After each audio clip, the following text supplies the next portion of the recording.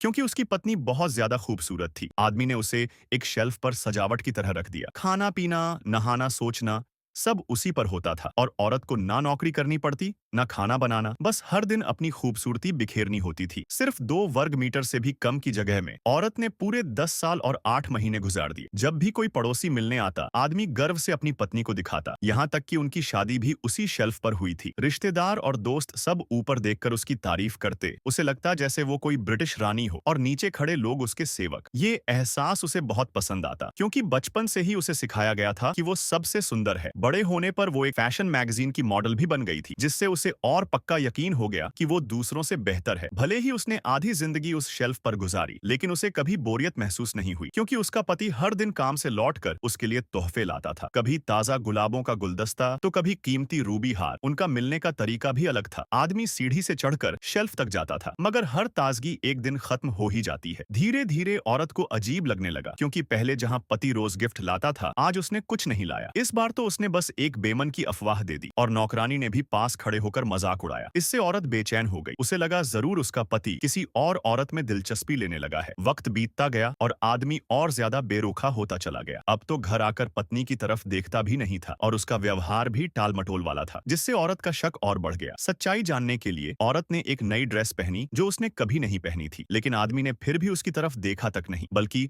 उसने अपनी टेबल तक औरत की ओर पीठ करके लगा दी। अब औरत और ज्यादा बर्दाश्त नहीं कर सकी। उसने सोचा कि अब वह शेल्फ से नीचे कूदेगी, लेकिन जब नीचे झांका तो देखा कि पता नहीं कब वो शेल्फ इतनी ऊंची हो गई। जूते गिरने की आवाज से अंदाजा लगाया कि जमीन से दूरी करीब 10 मीटर से ज्यादा है, लेकिन अपने पति को वापस पाने की उम्मीद में उसने कूदने का फैसला किया। पर जैसे ही वह शेल्फ पकड़कर नीचे उतरने लगी, उसका हाथ फिसल गया और वह नीचे गिरने लगी।